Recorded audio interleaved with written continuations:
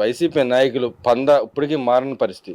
పదే పదే మహిళల మీద కించపరచడం, వ్యక్తిగత దాడులు, దోషం దిగటాన్ని ఎలా చూస్తారు? ఏదైతే అంబేద్కర్ ఇష్యూలో కూడా నిన్న వెళ్ళి జగన్మోహన్ రెడ్డి గారు ఒక యాత్ర చేశాడు. ఆ యాత్రను ఎలా చూస్తారు అసలు? ఒక మహిళగా చెప్పండి. మహిళగా అండి అసలు ముందు అంబటి రాంబాబు గారి వ్యాఖ్యలు మాకు చాలా బాధ అనిపిస్తున్నాయండి. ఎందుకంటే వాళ్ళు ఎవరు సభ్య సమాజంలో అసలు మాట్లాడుకోవట్లేదు అట్లాంటి మాటలు. వెనకటోళ్ళు ఎవరన్నట్ట ఎప్పుడన్నా మాట్లాడినా కూడా ఇప్పుడు పిల్లలు చదువుకొని అందరూ అట్లాంటి ఇంట్లో కూడా వాడటం ఆ పదాలు. అలాంటి నువ్వు పబ్లిక్లోకి వచ్చి అసలు ఏమని మాట్లాడినా, అది ఒక ముఖ్యమంత్రి మీద కామెంట్లు ఆ రకంగా బూతులు తిడతామంటే ఏమన్నా మాటలేనా అండి? పైపెచ్చి నన్ను ఏం చేస్తారు, నా కుక్క తాకు కూడా బేకలేరు అంటున్నాడు. అన్ని తిట్టి కూడా నా కుక్క తాకు బేకలేరు అంటున్నాడు. వాళ్ళ అమ్మాయి మాట్లాడుతుంది. మళ్ళీ ఇది ఇట్లాగే ఉంచితే జోగి రమేష్కి ఏమొచ్చింది, ఆయన మాట్లాడితే వాళ్ళ ఆవిడ మాట్లాడుతుంది. అసలు ఇంట్లో మగాళ్ళు బయట మాట్లాడతాం ఏంటి? దాని మీద ఎవరన్నా రెచ్చిపోతే ఆడవాళ్ళు ఇళ్లలోకి వచ్చి మాట్లాడతాం. ఆ లేడీసు మంచి మాటలు మాట్లాడితే ఆడవాళ్ళకి ఎవరికైనా సెక్యూరిటీ ఇవ్వాలంటే ఆడవాళ్ళ మీద ఎవరు ఎగబట్టడం అది తప్పి ఆడవాళ్ళ మీద పొమ్మని ఎవరు చెప్పరు. కానీ ఇవాళ వీరు మహిళా కమిషన్ ముందు నుంచుంటారో వచ్చి ఈ రకంగా తిడితే మహిళా కమిషన్ ముందుకు అంబటి రాంబాబుని తీసుకురావాలి, ఈ తిట్టే వాళ్ళని కూడా తీసుకురావాలి. ఎందుకంటే ఏదో ఆయన చీర గురించి మాట్లాడితేనే శివాజీ గారిని అసలు తీసుకెళ్ళి ఆ ముందు కూర్చోబెట్టారు. ఇలా ఆ రోజు మాట్లాడిన ఎమ్మెల్సీ గారు ఇవాళ మాట్లాడతల్లా. మరి ఆ చీర గురించి ఆవిడకి సపోర్ట్ చేసిన ఎమ్మెల్సీ ఇవాళ ఎందుకు మాట్లాడతలేదండి? ఇట్లా ఆడవాళ్ళని తిడుతుంటే వాళ్ళ గురించి మాట్లాడాలి కదా ఎవరైనా సరే. ఎవరైనా లేడీస్ని ఇట్లా మరీ పబ్లిక్లో అవమానించి తల్లినైనా చెల్లినది, ఎవరికైనా తల్లే చెల్లేనండి. వాళ్ళు ఎవరినైనా అవమానించిన వాళ్ళని వదిలిపెట్టకూడదు. మహిళా కమిషన్ ముందు తప్పకుండా తీసుకెళ్లాలని మహిళలు నిజంగా ఎంత ఆవేదన పడ్డామోనండి. విన్నప్పుడు మాకు ఎంత ఆవేదన అని ఒక రకమైన అసలు అదొక అసహ్యం లాంటిది అనమాట మనుషుల మీద. ఏంటంటేనే అట్లా ఉంటే నీ ముందుండే వాళ్ళకి ఎంత కోపం రావాలి? అంటే ఇక్కడ నిన్న వచ్చి కూడా ఈయన ఎవరైతే జగన్మోహన్ రెడ్డి గారు నిన్న వచ్చి కూడా చెప్పుకుంటా ఉన్నాడు, మా నాయకుడు తప్పు చేశాడని ఆవేశం లేదు, తప్పు చేశాడు, క్షమాపణ కోరాడు. ఇంకా క్షమాపణ కోరితే ఆయన్ని పొగడాల్సింది పోయి తిడతారేంటి, అక్రమంగా జైల్లో పెడతారేంటి అన్నాడు. గతంలో ఏదైతే ఆయన కార్యకర్తలు దాడి చేసిన ఆవేశంతో ఏదో నా మీద అన్నారు కాబట్టి ఊగిపోయి దాడి చేశారు, ఏముందిలే అన్నట్టు మాట్లాడారు. ఈ రెండింటిని ఎలా చూడొచ్చు అంటారు అసలు? అవునండి, వాళ్ళ అయితేనేమో సంసారాలు, ఈ అతటాలు అయితేనేమో వ్యభిచారాలు, ఆ లెక్కలో ఉండారు జగన్మోహన్ రెడ్డి గారు. కానీ వాళ్ళు అండుకో వాళ్ళ పార్టీ వాళ్ళు అందరూ అదే వైఖరిలో ఉండారు. ఎందుకంటే మా దాంట్లో అసలు మా గవర్నెన్స్లో ఎట్లాంటివి జరగలేదు. మేము చక్కగా అడ్మినిస్ట్రేషన్ చేసాం, గవర్నమెంట్ చక్కగా జరిగిందని చెప్పి నిన్న శుద్ధపోస చదువుతుంది, చిలకలూరుపేట రజని చదువుతుంది. ఏం చదువుతుంది? ఆ మయంలో జరగలేదా? జరగకపోతే చంద్రబాబు గారు ఆఫీస్ ఎట్ట పగలు కొట్టారండి, మరి ఇంటికి ఎట్ట పోయి పడ్డారు మీద. అట్లా చాలా మంది ఇళ్ళకి వీళ్ళు వెళ్ళారు. ఆ వకీళ్ళే కాదు, చాలా మంది ఇళ్ళకి పోయి నానా గోల్ చేసి మీరు ఎంత గొడవ చేసింది అందరికీ తెలుసు. ఇవాళ ఇంట్లోంచి పరారయ్యారు కూడా మీ దెబ్బ తట్టుకోలేక. ఇవాళ ఆయన వచ్చి మా వాళ్ళని ఫిజికల్గా టార్చర్ చేశారన్నా, మీరు రఘురామకృష్ణరాజు గారిని చేయలేదా టార్చరు? ఒక ఎంపీ స్థాయిలో ఉన్న ఆయన్ని మీ పార్టీ ఆయన్నే మీరు అరెస్ట్ చేసి రఘురామకృష్ణరాజు గారిని ఏ రకంగా కొట్టారని ఆయన కాళ్ళు గిళ్ళు అన్నీ వాచిపోయేటట్టు ఆ వయసులో. ఇవాళ మీ దగ్గరకు వచ్చేప్పటికి మీకు తెలిసిందా కొట్టారంటే? మీకు ఎడ తెలిసింది కొట్టారని? మరి ఆయన పేరేంటి, స్వచ్ఛ భారత్ ఆయన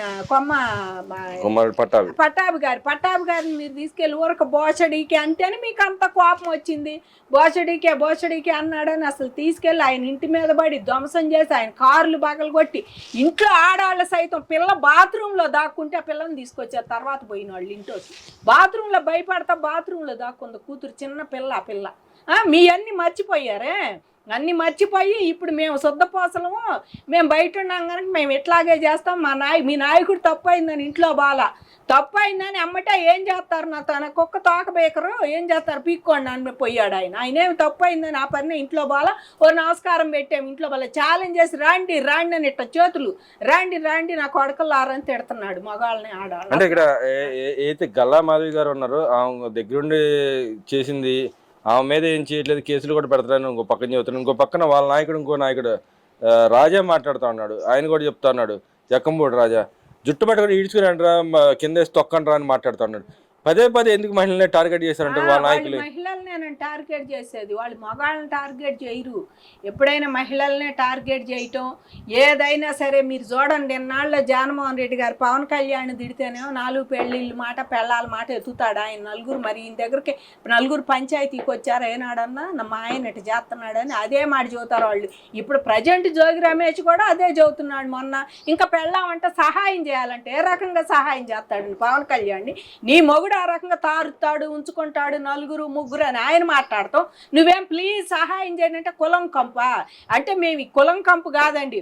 ఇవాళ వల్లభనేని వంశీని, కొడాలి నానిని ఎవరిని వదిలిపెట్టారు? వాళ్ళ జైలు మీద వంశీ జైలు మీద ఎన్నాళ్ళు ఉన్నాడు జైల్లో?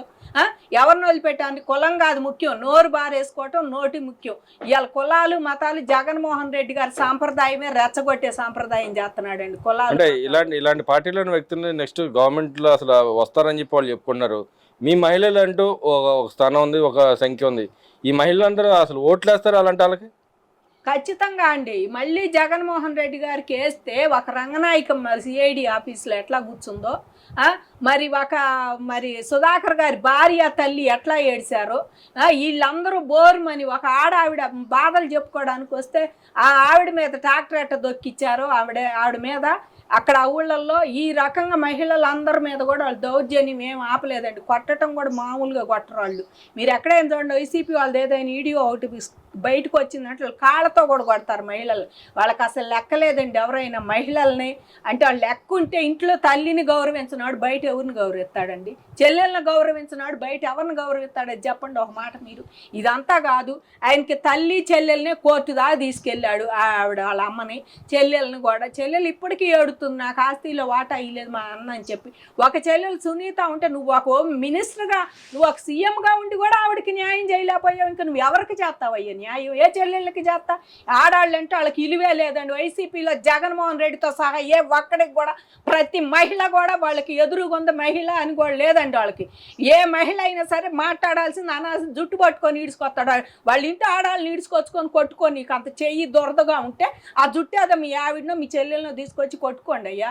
మొన్న ఆయన వచ్చి కూడా డిబేట్లోకి వచ్చి కూడా చెబుతాడు అందరు తప్పు కాదు, వాళ్ళు ధర్నా చేస్తున్నప్పుడు ఈయన ఎందుకండి వెళ్ళటం? అసలు ధర్నా దగ్గరికి నువ్వు వెళ్ళింది ఏం రెచ్చగొడతానికా కాదా? ధర్నాలో ఉండారు కనుక ఆ జనం వచ్చారు. మీరు తప్పులు ప్రచారం చేసి మేము ఎందుకు అడ్డుకోకూడదని చెప్పి మాట్లాడుతా ఉన్నారు. తప్పుడు ప్రచారం చేస్తే అడ్డుకోండి అయ్యా, అడ్డుకోండి. మీడియాలో ఉండే మీ ఇష్టమైన ఛానల్ ఉంది, నీ ఛానల్లో కూర్చోబెట్టి అసలు ఆడాలని వేసిలు అన్న కొడుకులు కదా వీళ్ళందరూ.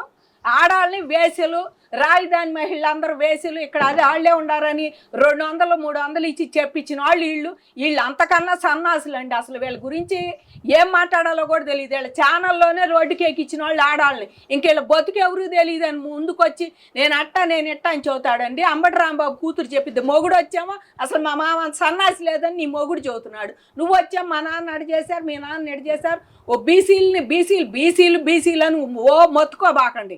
మీ బీసీలు ఎంత చేస్తున్నారో అందరికీ తెలుసు.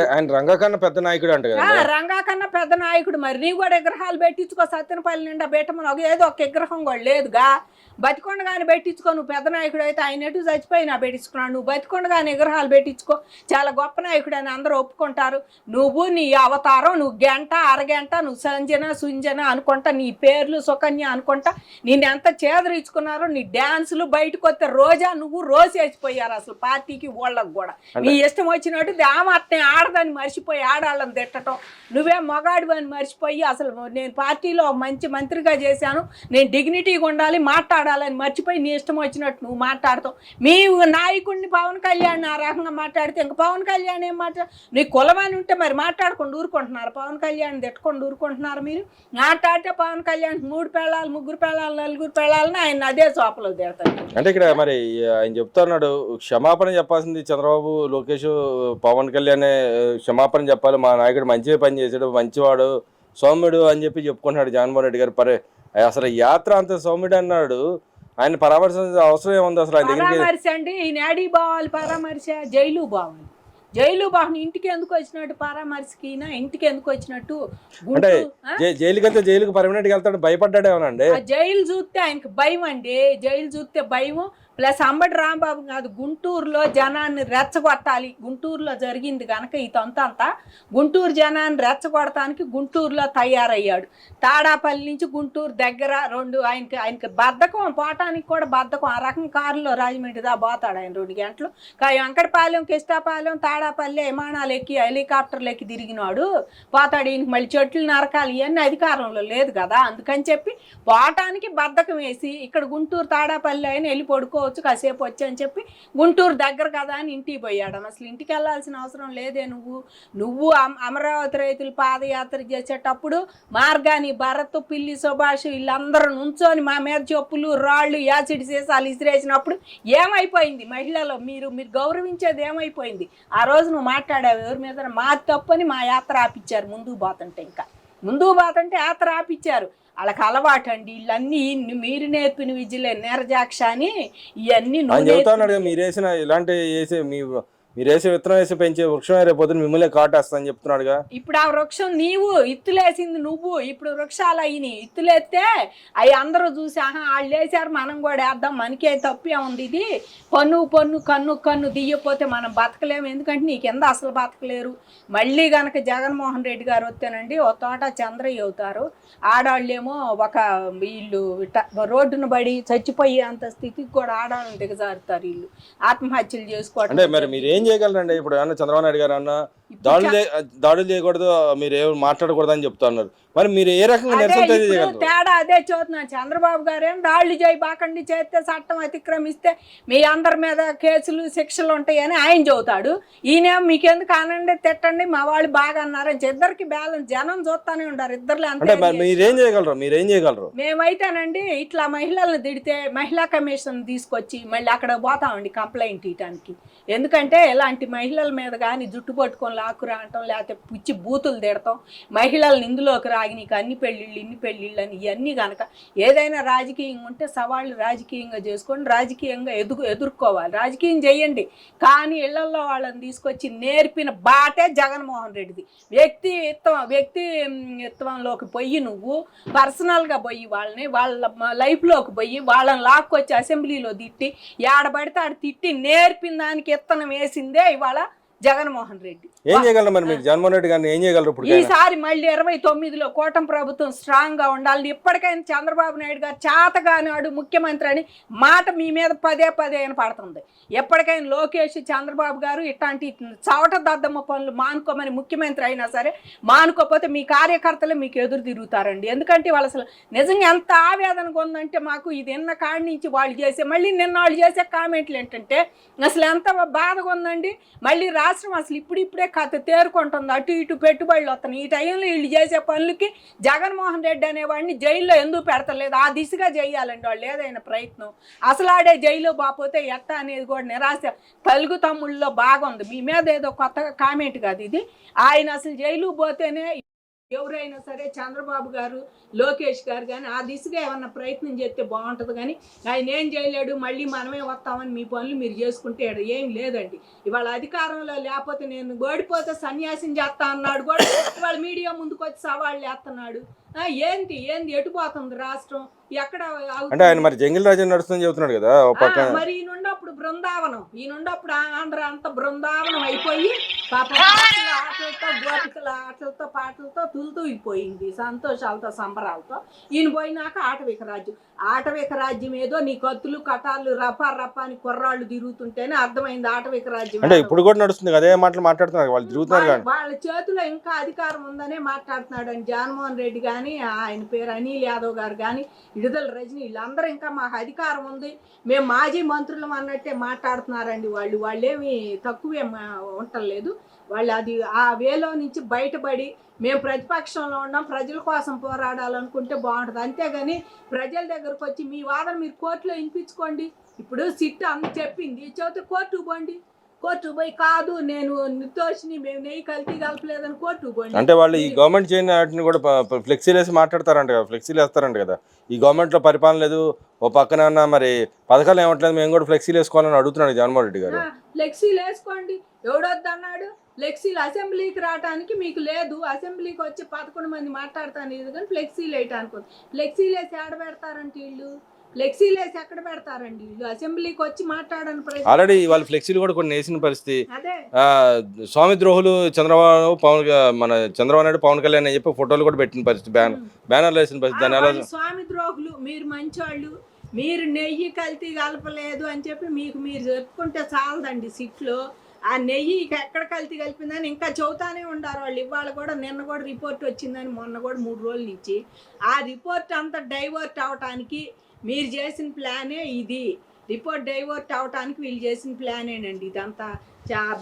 తిరుపతిలో ఎంత ఆగం చేశారో ఎంత చేశారో అందరికీ తెలుసు. అందుకే దేవుడు నీకు పంగనామాలు పెట్టాడు 11 సరి చేసి. మళ్ళీ నువ్వు తిరుపతి దేవుడి మీద ఇంకా అబద్ధాలు ఆడితే ఏదైనా తిరుపతి దేవుడితో పెట్టుకుంటే ఏమైద్దో అందరికీ తెలుసు. బాబు గారికి కూడా అర్థమయ్యి ఆయన ఇప్పుడు ఎక్కడికక్కడ అది సైలెంట్గా ఆయన పనులు ఆయన చేసుకుంటున్నాడు. మీరు అంటున్నారు కదా తిరుపతి దేవుడితో ఎవరు పెట్టుకున్నా వాళ్ళ శిక్ష అని ఆయనే చెబుతున్నాడు. ఎవరు జగనే చెబుతున్నాడు. కాబట్టి తిరుపతి దేవుడితో పెట్టుకోబాకు, ఈసారి సింగిల్ డిజిట్కి అవుతావు. మీ నాన్నగారే నయ్యం ఇంకా రకంగా పరిపాలన సాగించాడు. నువ్వైతే మరీ ఆటవిక రాజ్యమే నువ్వు ఉండప్పుడు. జనాన్ని ఏం చేశారో, ఎవరిని ఎవరు కొట్టుకుపోతున్నారో తెలియదు, ఎవరిని ఎవరు చేస్తున్నారో తెలియదు. మరి డ్రగ్స్ ఎక్కువైపోయినాయి, గంజా ఎక్కువై ఆడపిల్లలు నీ ఇంటి పక్కన సీతానగరంలో చచ్చిపోయిన వైను ఉంది. ఏ రకంగా చేశారో అందరికీ తెలుసు. ఎప్పటికైనా ఎట్లాంటివి మానుకుంటే బాగుంటుందండి. లేకపోతే మహిళలుగా మేమే ఊరుకోము. మళ్ళీ 29 ఎలక్షన్కి కంకణం కట్టుకొని బాబు గారు కూటమి ప్రభుత్వం గెలవాలని, పవన్ కళ్యాణ్ గారు బాబు గారు కలిసి ఉండాలి, గెలవాలని మేము మనస్ఫూర్తిగా కోరుకుంటున్నాం. వీళ్ళని అసలు ముందు జైలు పంపాలని కోరుకుంటున్నాం. అవే కానీ చంద్రబాబు గారికి అసలు ఒక ఎంత పత్రం కూడా ఇవ్వాలనుకుంటున్నాం.